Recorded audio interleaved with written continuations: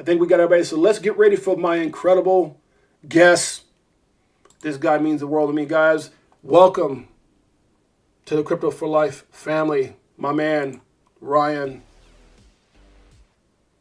What's up? What's up? My brother, how you doing, man? I'm doing well, man. Doing well, James. Well, I'm excited to have you on the show, and you're just an incredible person. And for those of you guys who don't know, I like bringing people on the show that I've built some type of relationship with, but also has some type of knowledge and involvement in crypto. Ryan and I go back. I think we met some years ago, right? We met some years ago briefly. Yeah, I believe it was around like maybe 2010, 11, something like that. Oh my God, way back in the day. So Yeah, here, it's been a bit. so Yeah. here's a story with me and Ryan, guys, and there's so many things we're going to talk about. But I was again, I'm trying to say this humbly, but I was like kind of at the elite of what I did. And in this particular company, I had the biggest Latin team in the world that I dealt with was all throughout like Argentina, Ecuador, Chile, Peru, Colombia. I was all over South America. And I was at this corporate office where they would bring me in and we would have other big people come in. And Ryan, I believe we met there. Ryan was flown in Yes. as someone who's elite at what he does as well in that same industry. And Ryan, yeah, just talk about how we met and then how that moved into our brotherhood now, and then we'll get into some other things after that. Yeah, I mean, it was really a brief opportunity to meet you. I remember we had a lunch or a dinner. They flew me in. Trying to remember if maybe I was speaking at an event or what exactly the details were. And then, just like any two people who kind of connect, we connected on social media. I think we may have even put our phone numbers in each other's phones, that kind of thing. Right. But I didn't really ever do anything with that particular company ever again in the future for one reason or another. And so you and I just kind of, went our own separate ways. And I would see your posts and stuff on social media from time to time, but really about 10 years went by and we might have conversed on social media once or twice. Like, or hello, how you doing? interacted on comments, but I don't know that we got a lot of opportunity to really, discuss how things were going in our lives or what we were up to or what we were doing. And then in March of this year, Right. I specifically saw a post and I remembered meeting you and I thought, oh man, I should really connect with this guy on business. So I sent you a private message and said, hey, this is kind of what I'm into. This is what I'm up to. I'd love to connect with you on that. And then that kind of led, one thing led to another. And a month later, I was hanging out with you, buddy, in Las Vegas for 2 days. So it's amazing how one simple inbox message turns into a whole world change. Well, here's what's so funny about that. Ryan reached out to me and was talking about business because at that time we were both in a mindset of speaking and motivating and, the things that we're doing with traveling.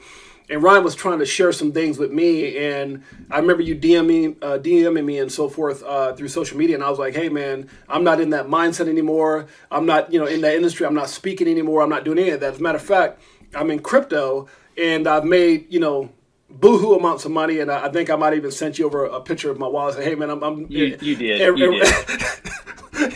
I like it. Look, I'm glad you did. I'm glad you did. Like I might have just discounted what you were saying if you hadn't. So I'm really glad you did. We might not be sitting here today if you hadn't. Right. Yeah. So I say, and we always conversate. So I say, hey man, this, and I think you were still trying to talk to me about certain things. I said, look, this is why I'm not, in that business. And I sent you over a picture of my wallet, and you were like, hey man, let's talk. And the next thing you know, we connected, and we FaceTime a week later. That's right, we FaceTime for like 2 hours. He was like, what is going on? What are you doing over there, man? Is this legal with crypto? Oh gosh, yeah. So we were doing some incredible things, guys, and that, fast forward a little bit, that led into Ryan flying out and meeting me and my little bro John Singh, who I've known my whole life. And Ryan came down to my home, and at that time, I think I shared with the group here, I was at the top of the mountain there as the bullish we were in a bull market. And I think, Ryan came to my house and probably looked around and said, what is this guy doing? I had, I don't know, maybe like 13, 14 cars out in front of the house, every toy you could think of. And so, Ryan comes in and then something happened. I realized this guy was way more amazing than I ever thought. And his story, man, we were sitting there, and I remember me and John just sitting there with eyes watered up and everything. I had no idea of your journey and what you had gone through, and just, you said some things to me that I had no idea. Like, I didn't know, first of all, in our conversation, I didn't know that you were a survivor of cancer. And not only that, but how you fought it was just something I never heard of, because I lost my mom to cancer, and I know you did it in a holistic, in a more of a mental type fight. So can you kind of explain that journey? We'll get into like pickleball, crypto, whatever, but I just think I want to cover, who you are, how we connected like this, because you can meet people and there's still not a connection. You can meet people and just have a direct conversation. We met you, man, and it was like bromance right in the very beginning. Your story was incredible, who you are as a person, father, husband, and your why allowed you to fight yourself back to a better life and a better way. So can you just kind of share that with us, man, and just that journey of what you went through? Yeah, I'd love to. For those that don't know, obviously my name's Ryan Luelf. I live in Tulsa, Oklahoma. I think it's important for everybody to know, I met my wife, Caroline, in high school. We're high school sweethearts. We met 27 years ago, Wow. when I was 15 to 14. If you've ever seen a picture of my wife or met her in person, the first question everybody has is, how in the hell did I land her? And I always just tell people, listen, man, I got her off the market before the rest of the world discovered her.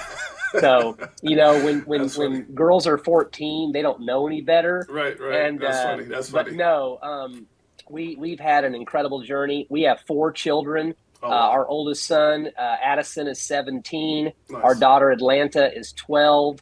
Our other son, Arthur, is 10. And then we have a surprise 4th child that we were not planning on having, but we have a 1-year-old son named Arrow. Amazing. And I refer to my kids as the A team, because they all have names with A. Right. And listen, I mean, I'm going to tell you a little bit about my story, but just know, like, the role that my wife played in this. I mean, thinking back at what it took for her to support me on this journey, and what she had to endure, what she had to be willing to do, to go through, with no guarantee that it was going to end well. Right. I mean, this thing could have derailed, and she could have been a widow in her 30s with 3 kids under 10. Wow. And I've been the major breadwinner, in our relationship, not because she's not capable, but just because of our values and family and wanting to make sure we're there for our children, etc. That's right. That would have been a difficult transition for anyone to have to find a new role of. She would have had to continue being a parent, and she would have had to learn how to start providing if something would have happened. And you mentioned it, James. The thought of my family being left without me there to help them, support them, provide for them, I just thought, man, if I'm going out, if this time on earth for me is coming to an end, I'm going to throw everything and the kitchen sink at this deal to see if I can, make sure that doesn't happen. That's right. And this was my thought process, James, and I'll get into my story real quick. My thought process was, if I make it, then I'm here for my family. That's right. If I don't make it, at least my family can potentially hold on to the inspiration of the fight that they saw their husband and father have in his last days. Wow. So the way I looked at it is, if I give this everything I got, I win either way.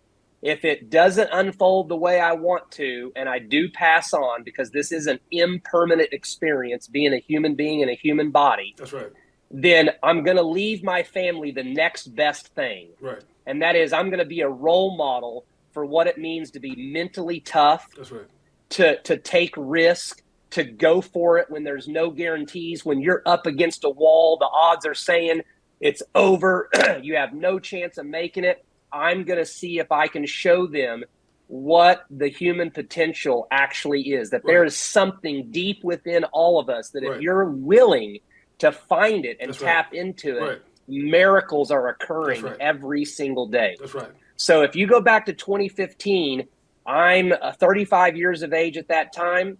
I've never had any prior medical history. I have some swollen lymph nodes that pop up in the summertime. Didn't think anything of it. I was having some night sweats. Again, didn't think it was anything serious. Then in September of 2015, I got these horrible headaches. Ultimately, I could not get rid of them. So someone suggested that I go get some MRIs. I got those done. My primary care physician took a look at them. He contacted me on a Saturday.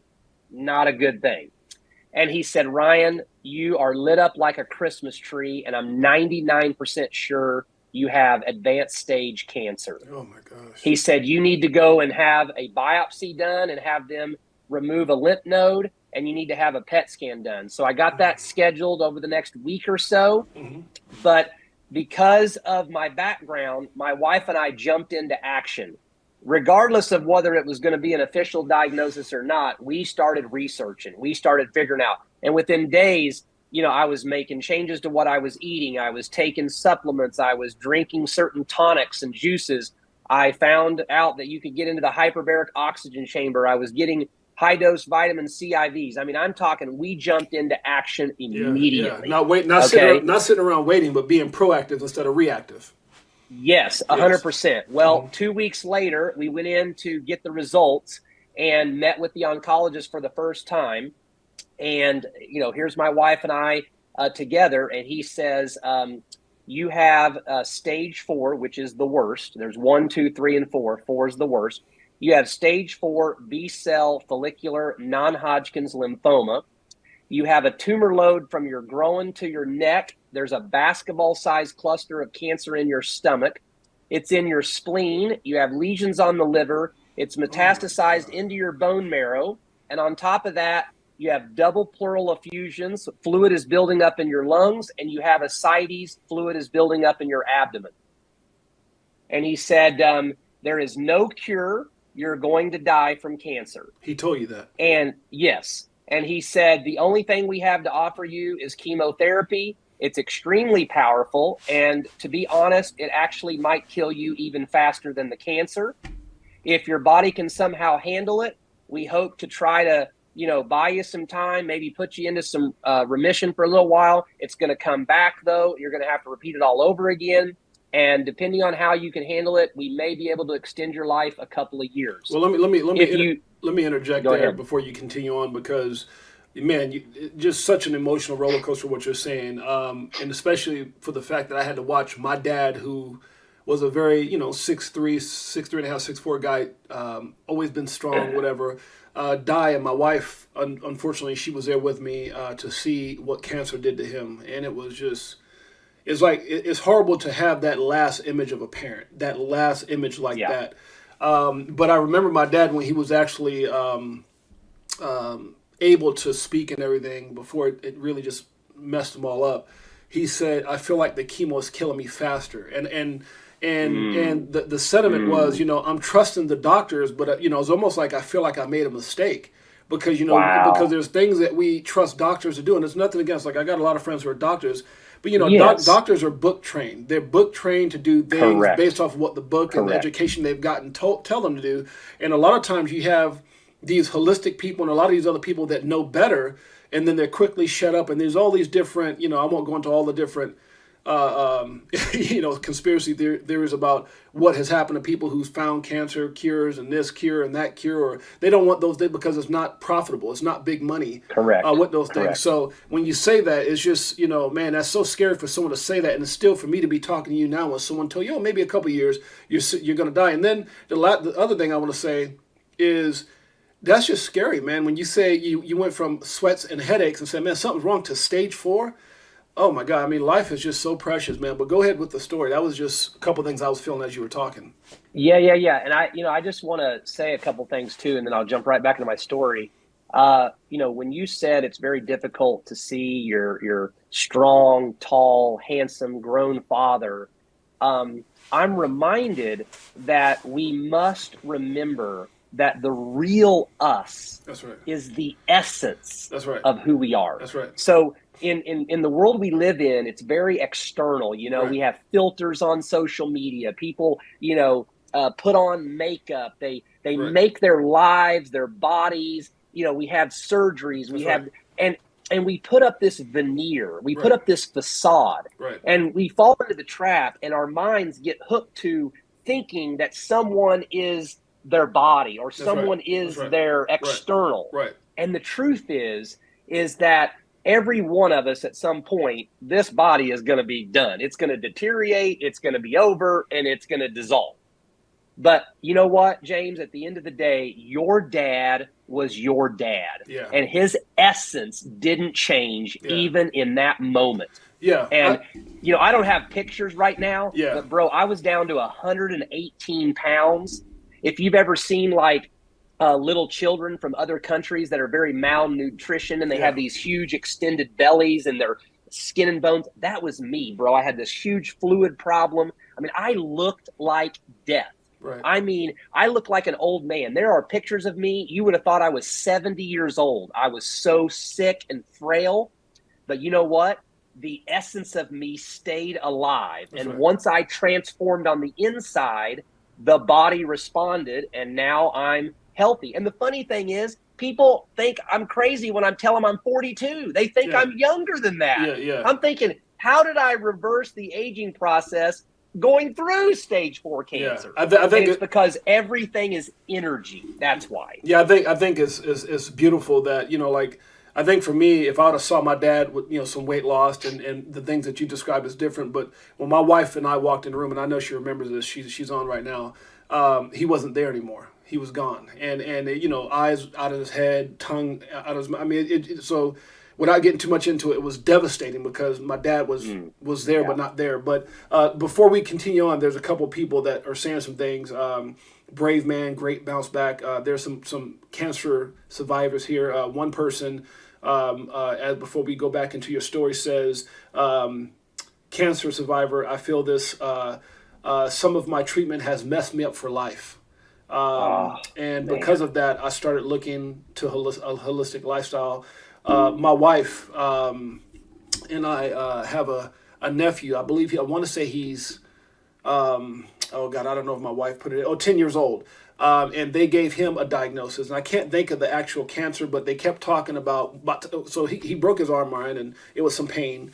And it was a while because the mom realized it wasn't healing. The doctors couldn't figure anything. Why is it not healing? So they finally went on. And then the next thing they said, kind of like your story, is we got to take the arm. And they're like, what? And we got to take the arm. And then it got to the point that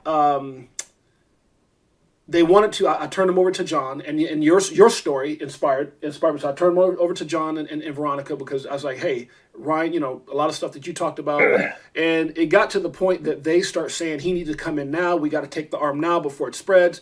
They weren't even letting the parents try to seek holistic ways of doing it because they were saying where it was at and so forth in the arm and before it get to the shoulder. And then it got to the point when I turned them over to John and Veronica. The doctors in the hospital threatened to call CPS and the law if they didn't take the arm on a certain, like they didn't come and just move forward with the surgery. And I just, at one point, we all felt so helpless because I'm like, this is a 10-year-old kid. You tell them they don't have enough time to just weigh out options of what's going on. And it was it was the craziest thing in the world. And so they took the arm and poor baby, but so that my wife, I'm bringing that up because my wife brought up her nephew that is real dear to our heart. And this was just actually this year. All this happened just this year. Laurel Jack says, yeah, and I think that's just another reminder, James. We've got to have wake-up calls in our lives.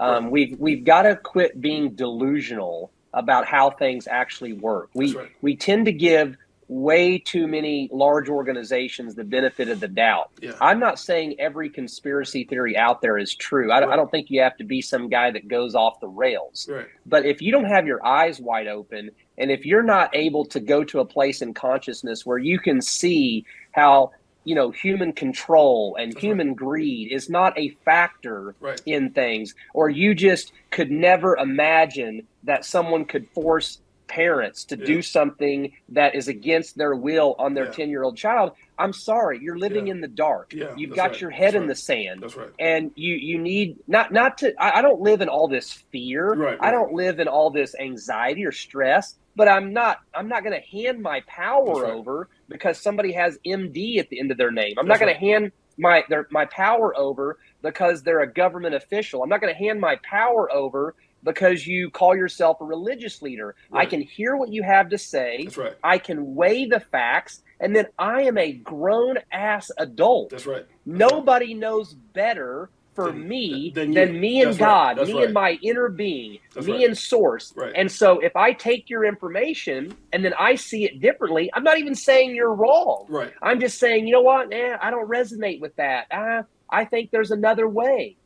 And I should have that right. My autonomy as a human being is my greatest right and my greatest power. That's right. As the most phenomenal species to ever exist in the history of the cosmos. That's right. And anyone interfering or trying to take that away from me, I'm not interested in associating with That's that. right. No, thank you. Right. So those are powerful words. I see a lot of people just commenting and say how they change their lives, stop smoking after 30, all these different things, man. You're inspiring a lot of people here. A lot of people saying, well, appreciate your heart and story. Can you go into, because we probably got about 20 minutes before I got to cut off, so I got a lot more things I want to talk about. Can you go into how you fought it, just kind of into the details of how you fought it? And I also want to get into like pickleball and other things like that. Crypto. Because your way of fighting it is not normal, man. That's what threw me off. I heard a lot of people doing holistic things. You did something with the mind, and can you explain that, if you don't mind? Yeah. So long story short, I basically looked at that oncologist and said, hey, thanks, but no thanks, and I'm going to take my own route.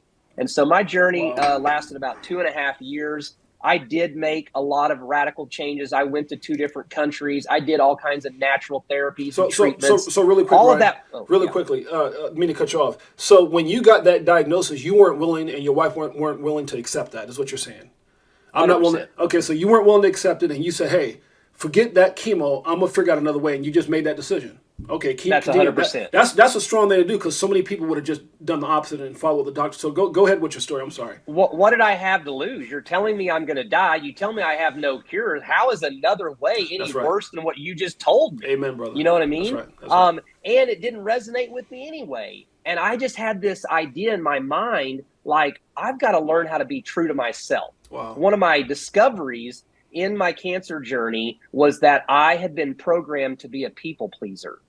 And I estimate, James, that in 35 years on the planet, I had said yes over 1,000 times when I really had wanted to say no. Wow, isn't that something, man? That's and powerful. So cancer was a manifestation of the fact that the real Ryan on the inside had been dying for a long time.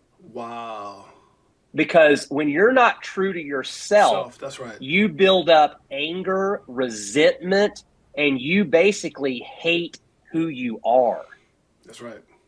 So it looked on the outside like I had this great life. I was an entrepreneur. I'd made 6 figures, beautiful wife, 3 kids, blah, blah, blah, blah, blah, blah, blah. Right. But I had actually written a suicide note in 2009. Wow. And if you really dig deep into what happened when you were a child, and you start learning about when your brain is developed, and you start understanding how we are great observers as kids, we are terrible interpreters. Right. So we see things and they affect us, and they form our worldviews, and they form how we feel about ourselves, and we don't even know it's happening. We don't even know that we made an agreement. We don't even know that we've accepted it. Okay. Right. And so I got over cancer the first time in 14 months, and I thought I'd slayed the dragon. And I sold my house, bought an RV, and we left in the summer of 2017 to travel the U.S. for 2 years. And 2 weeks into the road trip of being on the road, I found out I had a recurrence. Oh my God. And it was a major blow to my ego, because I thought, wait a second, I did everything that people are not willing to do. I've already healed myself. This cannot be happening to me. And I was pissed, James. Right. I was actually more upset when I found out I had a recurrence than I was when I originally got diagnosed. Wow. And so I had to take a step back. And so it took me a few days, and I basically started talking to the cancer. And I said, okay, all right, cancer, what am I missing?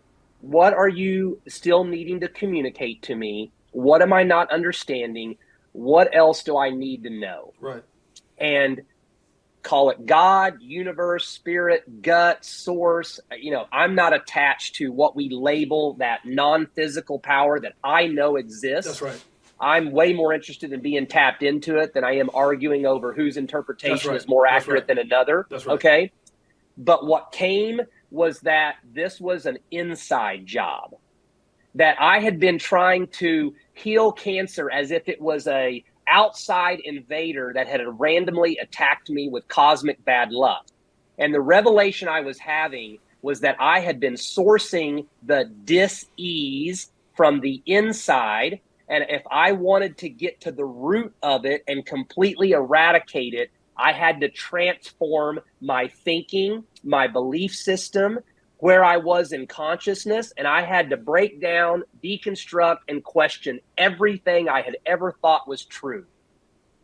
So I did. Wow. I dove into quantum physics. I met with chakra healers. I read books. I devoured podcasts. I read everything I could on the subconscious. I wanted to understand why I felt the way I did. I learned meditation. I studied Buddhism. I deconstructed why I was told everything I was about God. Why was I told I was no good? Why had I never felt good enough? Like, I'm just telling you, bro. Wow. And within a matter of like 2 months, I had this knowing on the inside, like, oh man, I'm not only going to overcome this, man, I'm going to be thriving. Like, wow. I knew that I knew I had discovered something that was big. And I remember going to my wife and she being so scared because it came on strong the second time, and I was in the hospital and the fluid problem came back and it was crazy. Okay. And I actually did do some chemo, to be transparent and honest, that time. Right. But that wasn't my focus. It was because like, of how aggressive it was or how bad it came back. Correct. You were correct. Short, and my wife felt like in the short term we needed to do it. And I thought, you know what? I'm not here to argue. Right, but you know what's crazy? My mindset was the chemo's not going to hurt me. I'm not going to have any side effects. And you know what? I never threw up one time. I never lost hair. And I basically didn't have any because I convinced my brain it couldn't hurt me. Okay. And so basically I would go to my wife and I'd say, listen, babe, I don't know how I know this. And I know you're scared and I know it came back, but I'm just telling you, I am not going to die. Wow. I don't know how I know this, but something is happening. It might take my body a while to catch up to what I can feel and sense and know is transforming on the inside. I go, but I'm just telling you, 5 months later, buddy, January 2018, I've been cancer-free ever since. So next month's going to be 5 years. And here's the cool thing, bro. In April of 2018, I went and got my port taken out. And in order to do that, I had to get a PET scan. And I didn't even really want to because I knew the cancer was gone. And I remember telling people, I said, listen, when I go in to meet this oncologist, my scan is going to be so clear. This guy isn't even going to have anything to say. I was literally telling people this before I went in. Sure enough, I go in, his assistant or whatever's there. She pulls up the thing and she's like, man, your scan looks more clear than like healthy people who don't even have cancer. Wow. And she said, yeah, you're good to go.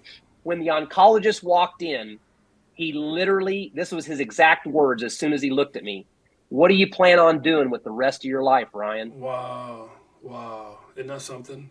And that is the last time I have ever stepped foot in a hospital. I do not get scans. I do not meet with oncologists. Wow. I don't go to regular doctors. Wow. None of that. Haven't for 5 years and have no intention of doing it again unless I ever thought I was in a serious, situation and might be real sick again. Okay. And that's because I understand. And again, no arrogance, not saying I'm better than anybody. It's just been a topic that I have devoted a lot of time and energy into understanding, learning, and I'm still passionate about it.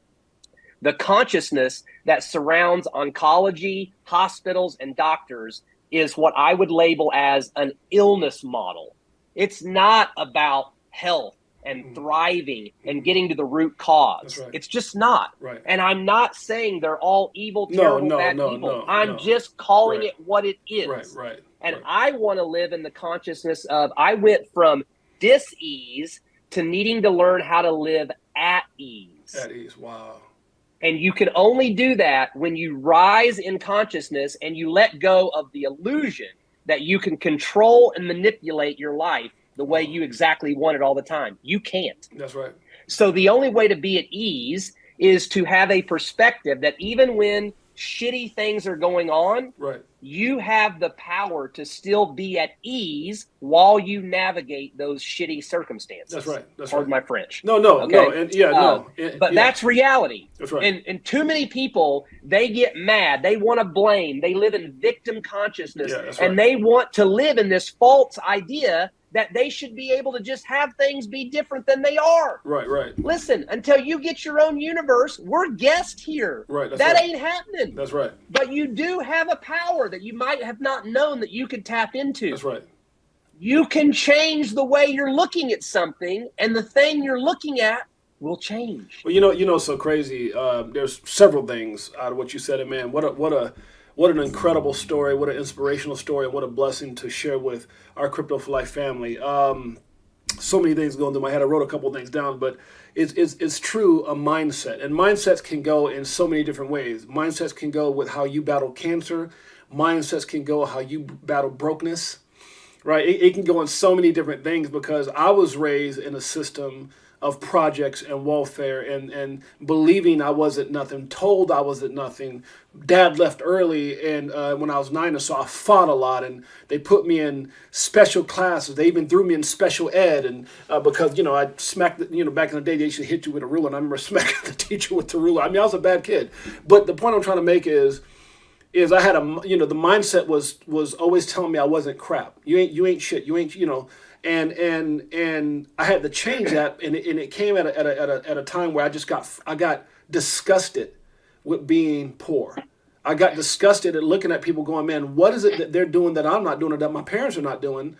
And so that mindset, I always tell people, when you change this, everything else changes. And so I'm not comparing it to cancer, just saying that it all starts with this. It's not about, do you speak the best? Yes. Do you this the best? Do you have the best education? No.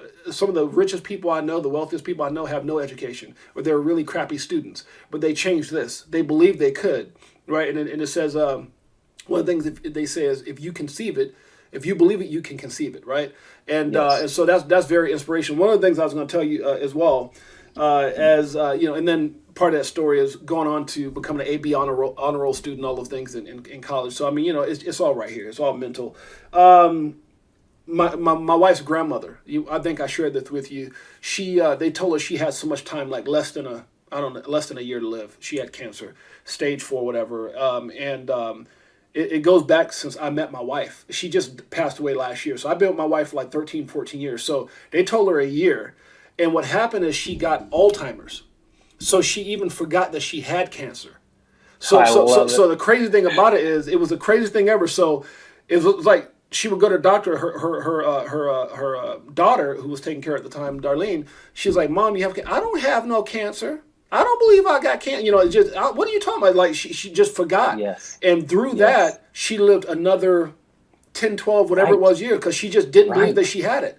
And because she wasn't stressing, and it just, when my wife told me, I was like, what the heck? And then when I met you, I think that was that aha moment. I said, oh my God, is this something what Ryan's saying about mental and how you look at things and not stress yourself out? And then her grandma not even knowing and letting the mind control the narrative. And so that, to me, man, when I met you, I think that's when I was like, and I think I remember telling, I said, oh my God, Ryan, this all makes sense with her grandmother now. How you changed the way that you thought. And it was a big moment for me when you came out of Vegas. The good thing for me is, James, I didn't get Alzheimer's, but I forgot I got cancer. Because why? I ain't worrying about the next checkup. I ain't worried about my 3-month scan. I ain't around these damn oncologists telling me it's going to come back. I don't ever put myself in an environment.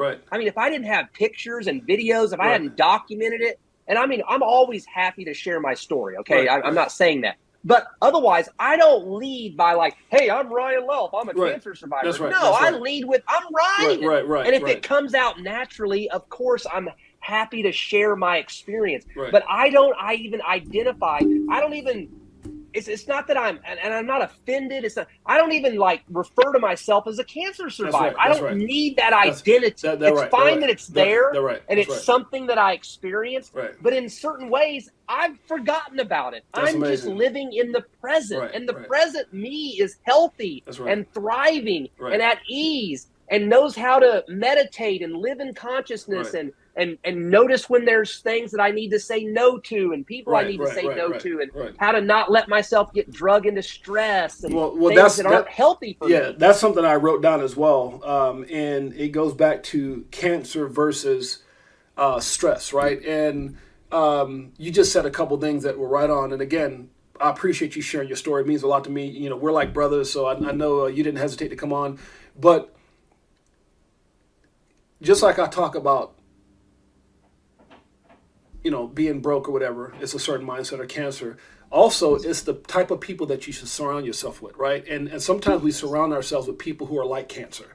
And one of the things that I was very, very good at coming up in my business life is distancing myself from people who put that negativity, that stress, or that cancer, you know, on me. And that's why I've always had a Kuna Matata mindset.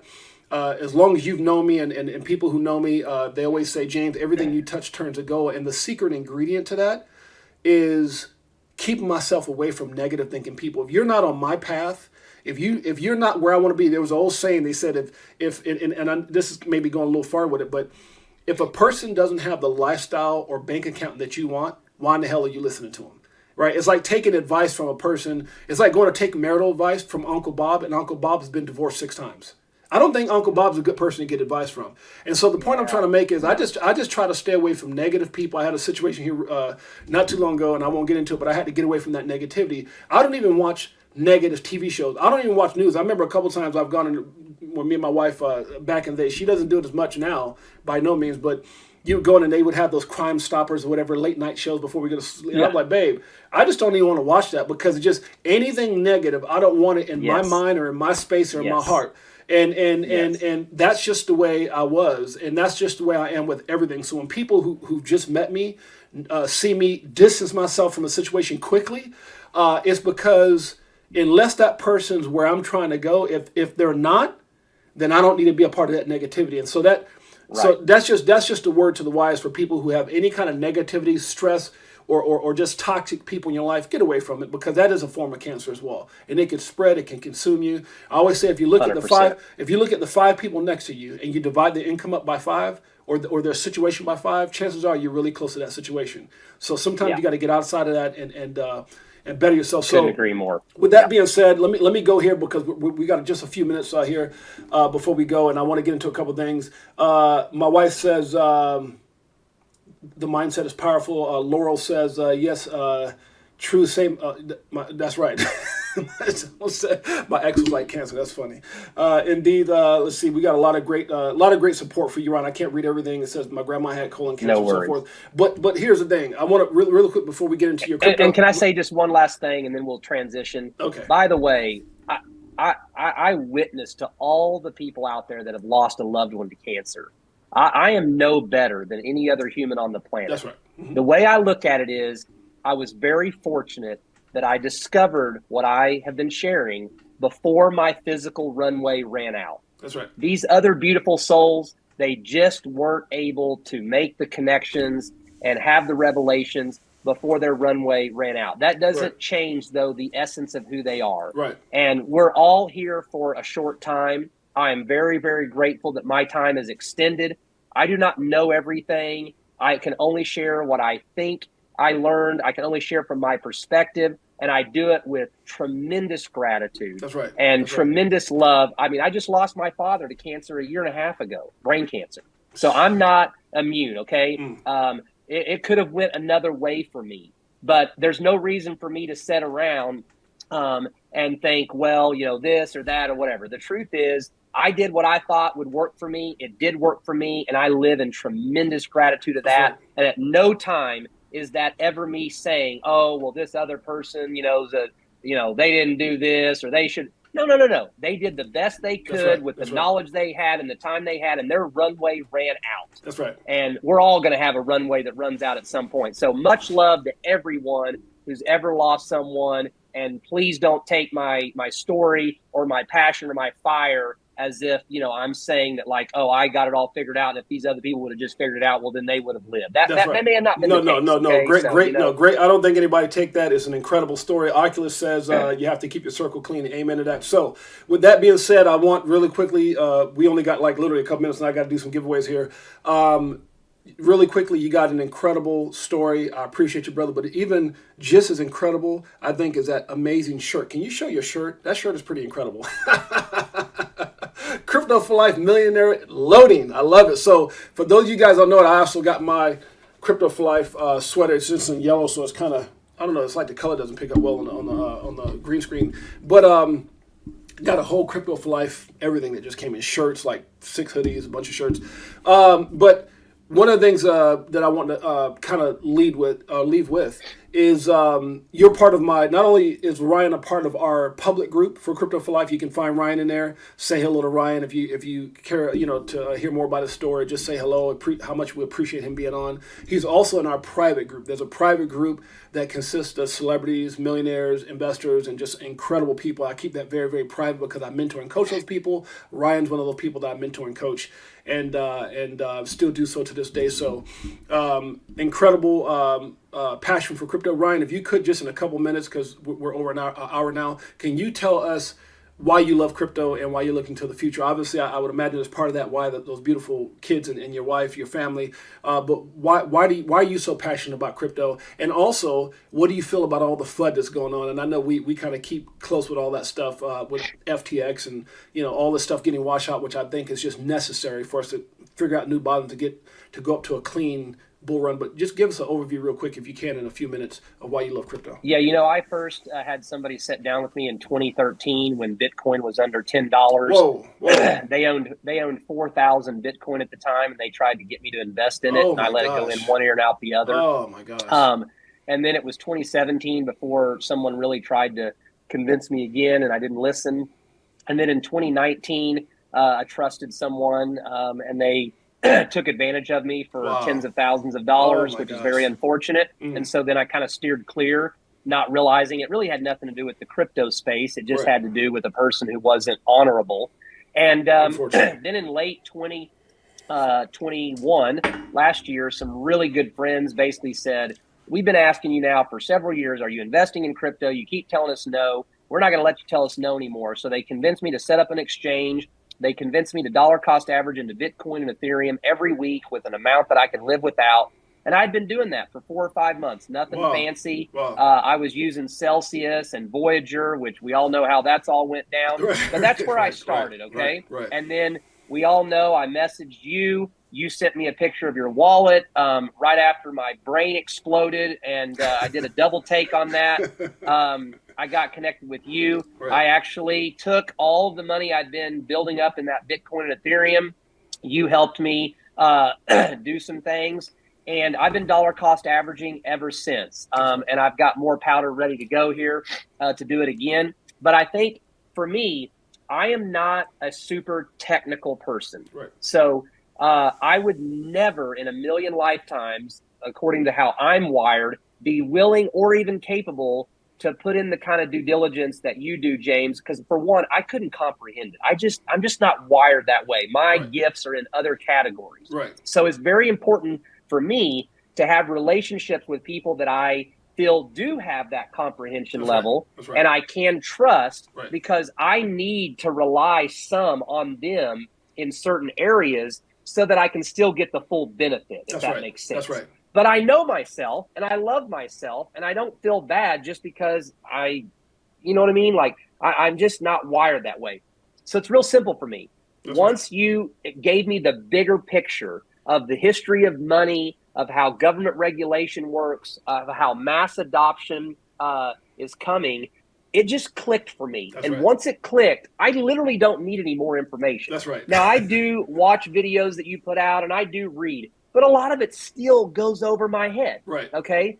But what I feel like my gift is, and it's the same thing I talked about in cancer, I value emotional intelligence. Right. So I don't sit there and look at my portfolio. I don't look at the accounts. Right. I am not watching the damn news Right. every other second. Right. I mean, I don't even really, I mean, I have a concept that there's a lot of fear and FUD and crazy, whatever, but I couldn't tell you one detail about any of it because I don't care. Right. Because I placed my bets. And my bet is that in the next decade, for sure in my lifetime, if I get to be an old man, Right. crypto is the future. That's right. I don't know how. I don't know exactly when. I don't know what that looks like. And right. I have a relationship with you, That's right. and I know you can comprehend it, and you're guiding me. So the best I can do is keep taking extra resources that I have and keep dollar cost averaging right. and keep setting myself up. And then if it's 3 years, if it's 5, if it's 8, if it's 10,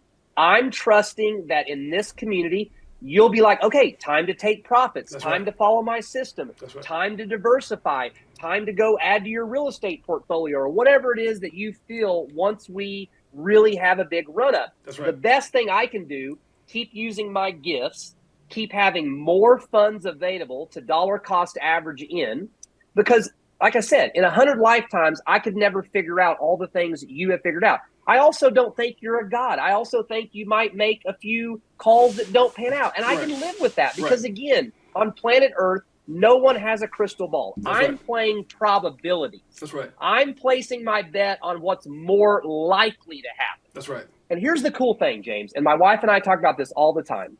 I could invest hundreds of thousands of dollars, wake up in 10 years, and it could all be at zero, and we could all be wrong, and crypto could be dead. Right.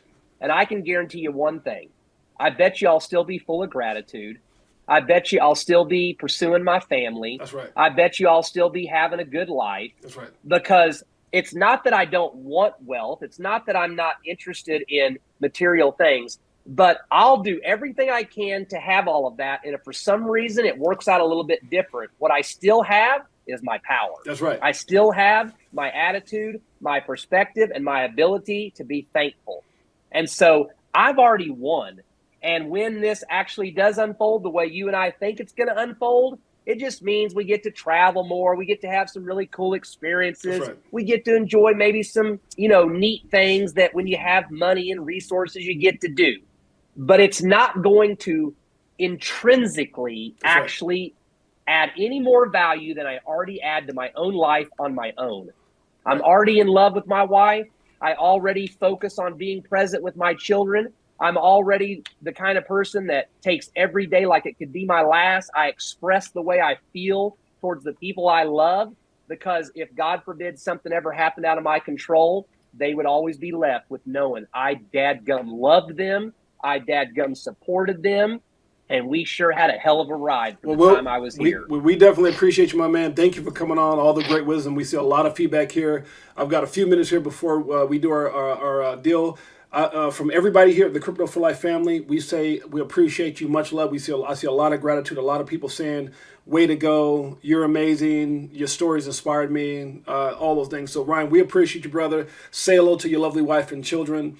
We'll be talking soon. And remember, anything that we said, anything that Ryan said is not financial advice. We do have our private group of people that, like Ryan, I coach coach personally. There's a relationship there. But Ryan, again, we appreciate you, brother. What an amazing story. Thank you so much. Thanks for having me on, James. Thank you, my man. Appreciate you. Much love, brother.